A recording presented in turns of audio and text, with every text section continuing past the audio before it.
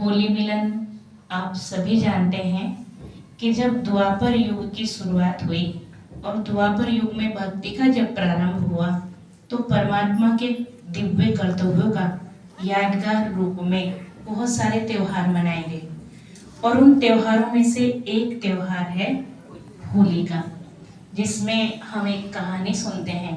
किसकी कहानी? प्रहलाद की। प्रहलाद जो परमात्मा से प्रीत रखने वाला था और परमात्मा के संग में रहने वाला, और जब उसने परमात्मा का संग किया तो उसके लिए उसकी बुआ जी ने भी उसको रोका और उसके पिताजी ने भी उसको रोका। और धर्म के मार्ग पर चलने वालों के लिए हम भी देखते हैं कि बहुत सारे विघ्न पड़ते ही हैं।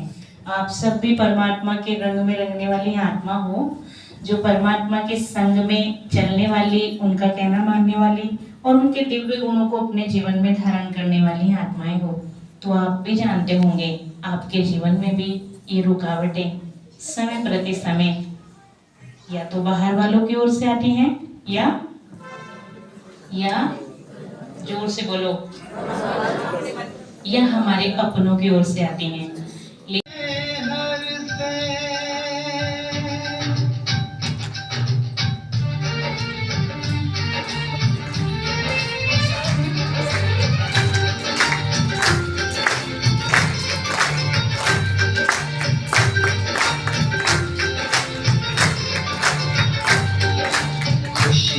का मौसम आया है, मन का तराना आया है। खुशियों का मौसम आया है, मन का तराना। उसका सॉल्यूशन देते हैं। उनका जो बहुत निश्चल प्रेम था और बहुत सरल व्यवहार भी हमने प्रैक्टिकल में देखा।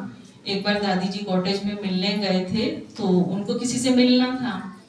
उस समय याद था कि मुन्नी दीदी जी का कॉटेज और दादी जी का कॉटेज तो देखा होगा, कई भाई बहनों ने, काफी दूर है, जाना पड़ता है।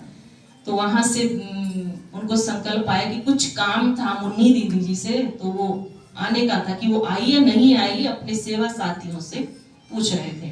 तो अभी तो दीदी नहीं आए दादी जी वो, तो दादी ने कहा चलो कोई बात नहीं, मैं ही चलती हूँ उनके पास में।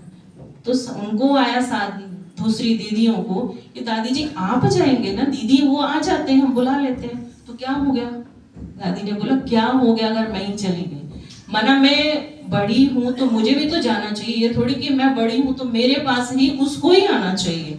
और जब दादी वहां गए तो सच में देखा दीदी किसी वीआईपी से मिल रहे थे, तो इस कारण से वो नहीं आ पाए। उनको पता था मुझे दादी से मिलना है।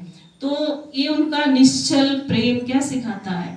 बांध के रखता है, मनुष्य को बांध के रखता है। एक संकल्प आता है व्यर्थ, तो क्या कर देता है? एक दरार पैदा कर देता है। और जहां पर ये सरलता का व्यवहार होगा और जिसमें निस्वार्थ बना होता है, वो सब संगठन को क्या करेगा?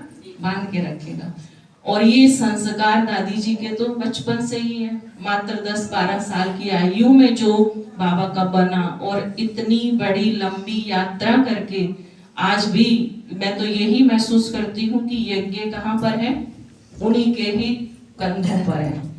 क्योंकि इतने उपराम महसूस होते हैं, सब देखते हैं जब दादी जी से बाबा मिलन में बोला जाता है, पता होते हुए भी जो बाबा हमको बार बार कहते हैं ना, बच्चे दूसरे को आत्मा देखो और साक्षी रहो, वो अनुभव होता है कि सचमुच में ये क्या है। बड़े आराम से साक्षी होकर के जैसे बाबा ने इनको हमारे लिए बिठा रखा है। आपको श्री गोपाल नारसन का नमस्कार। डिवाइन मिरर हिंदी चैनल में आपका बहुत बहुत स्वागत है। आइए जान लेते हैं आज की कुछ खास चर्चित खबरें। जैसा कि आप देख रहे थे, ब्रह्मा कुमारी चीफ राजयोगिनी बीके रतन मोहिनी दादी के जीवन के 100 वर्ष पूरे होने के उपलक्ष्य में रुड़की में शताब्दी महोत्सव मनाया गया। बीके रजनी के संचालन में आयोजित कार्यक्रम में रुड़की सेवा केंद्र प्रभारी बीके गीता दीदी ने रतन मोहिनी दादी की 1937 से अब तक की ईश्वरीय सेवाओं व उनके सद्गुणों का उल्लेख करते हुए उनके शताब्दी वर्ष तक पहुंचने के पीछे सत्यता, राजयोग का अभ्यास व ईश्वरीय याद में रहना बताया। सभी ने दादी के दीर्घायु होने की कामना भी की। इस बार होली से पहले भद्रा आने के कारण होलिका दहन 24 मार्च की रात 10:27 के बाद होगा।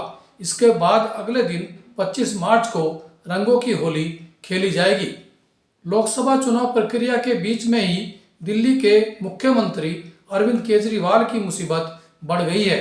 ईडी टीम जहां उनके घर पहुंचकर घर की तलाशी ले रही है, वहीं गिरफ्तारी से प्रोटेक्शन की मांग की बाबत दिल्ली हाईकोर्ट में उनके द्वारा दायर याचिका के बावजूद उन पर गिरफ्तारी का खतरा मंडरा रहा है। बदायूं में 2 मासूमों की हत्या मामले में एसएसपी आलोक प्रियदर्शी ने खुलासा किया कि बच्चों के हत्यारे साजिद को पुलिस ने बीते मंगलवार की रात में ही एनकाउंटर में मार गिराया था। उत्तराखंड में कांग्रेस छोड़कर भाजपा में शामिल हुए नेताओं के पुराने वीडियो भाजपा के लिए चुनाव प्रचार में घाटे का सोता साबित हो रहे हैं। इन नेताओं ने कांग्रेस में रहते हुए भाजपा के खिलाफ जो जहर उगला था, वे बयान ही अब वायरल होने के कारण भाजपा के लिए आफत बने हुए हैं, जिसका नुकसान उसे चुनाव में उठाना पड़ सकता है। लोकसभा चुनाव की निगरानी टीम ने चुनाव में धन बल, ड्रग्स, मादक पदार्थों के इस्तेमाल को रोकने की प्रक्रिया में अभी तक लगभग 8 करोड़ रुपए मूल्य की अवैध सामग्री जब्त की है, जिसमें हरिद्वार जिले में 3.39 करोड़ रुपए की स्मैक, उधम सिंह नगर से 2 करोड़ रुपए की स्मैक समेत अन्य आपत्तिजनक सामान शामिल है। रुड़की के रसूलपुर निवासी 15 वर्षीय उवैस अपने दोस्त के साथ रुड़की के सुलानी पार्क में नहर से सटी रेलिंग के पास खड़े होकर सेल्फी ले रहा था कि तभी संतुलन बिगड़ने पर नहर में जा गिरा और डूब गया, जिससे क्षेत्र में शोक व्याप्त हो गया है। जयपुर में एक घर में अचानक आग लगने से एक ही परिवार के 5 लोगों की जिंदा जलने से दुखद मृत्यु हो गई। मृतक किराए के मकान में रहते थे। मृतकों में 3 मासूम बच्चे भी शामिल हैं। उत्तराखंड की 5 लोकसभा सीटों के लिए चुनाव प्रचार हेतु भाजपा बड़ी चुनावी जनसभाओं के साथ साथ 7,000 नुक्कड़ सभाएं भी करेगी। भारत में पहली एआई यानी रोबोट शिक्षक केरल में लॉन्च की गई है। एआई यानी रोबोट शिक्षक का नाम आइलिस है। यह शिक्षक, जो कि एक रोबोट है, इंटर तक की कक्षाओं के 3 विषयों को पढ़ा सकती है। इस रोबोट के आने से निश्चित रूप से शिक्षा जगत में एक नई क्रांति का उदय हुआ है। इसी पर देखिए इस रिपोर्ट के बारे में एक खास प्रेरक रिपोर्ट। भारत में पहली एआई शिक्षक लॉन्च हो गई है, वो भी केरल में। और आपको बता दें, ये जो तस्वीरें आप देख रहे हैं, इस टीचर को जो आप देख रहे हैं, इसने लाल नीली साड़ी पहनी हुई है और इनका नाम आइरिस है। बिल्कुल रियल शिक्षक के तौर पर ये लग रही हैं। बच्चों से हाथ मिला रही हैं, बच्चों को पढ़ा रही हैं। आइरिस अलग अलग विषयों के जटिल से जटिल प्रश्नों के उत्तर दे सकती हैं, पर्सनल वॉइस असिस्टेंट का काम कर सकती हैं, साथ ही बहुत इंटरैक्टिव हैं। ये एआई टीचर एक रोबोट है जो घूम सकती है, बातचीत कर सकती है, बच्चे सवाल पूछेंगे तो जवाब दे सकती है, 12वीं तक के सभी विषयों को पढ़ा सकती है ये एआई टीचर। 3 भाषाओं की जानकारी इन टीचर के पास है, अंग्रेजी, हिंदी और मलयालम। ये जानती है रोबोट। गलत कंटेंट को ब्लॉक करने की क्षमता भी एआई टीचर में है। 20 से ज्यादा भाषा डेवलप करने की तैयारी भी अब चल रही है। एक बड़े परिवर्तन की ओर केरल आगे बढ़ रहा है, जिसके जरिए देश के एजुकेशन सिस्टम में उदाहरण पेश होगा। केरल के स्कूल में एआई टीचर आइरिस को पेश किया गया। मेकर लैब्स ने इस रोबोट को तैयार किया है जो बच्चों को पढ़ाएगी। इसे बनाने वाली कंपनी का कहना है कि हर छात्र की जरूरतों को देखते हुए एआई टीचर को बनाया गया है। मंच से एआई टीचर ने भाषण भी दिया। छात्रों के पास जाकर उन्होंने मुलाकात की, हाथ मिलाया छात्रों से। एआई टीचर बनाने वाली कंपनी ने दरअसल ये दावा किया है कि शिक्षा के क्षेत्र में ये सभी सीमाओं को तोड़ेगा और नई क्रांति आएगी। ये इनोवेशन कैपेसिटी को बढ़ाएगा। हायर सेकेंडरी स्कूल में इसे लॉन्च किया गया। एक चैरिटेबल ट्रस्ट ये चलाता है। आइरिस रोबोट अटल टिंकरिंग लैब परियोजना का हिस्सा भी है, जो 2021 नीति आयोग की पहल के मुताबिक आगे बढ़ा है। इसे स्कूलों में पढ़ाई से लेकर एक्स्ट्रा करिकुलर एक्टिविटी को बढ़ावा देने के लिए इस्तेमाल किया जाएगा।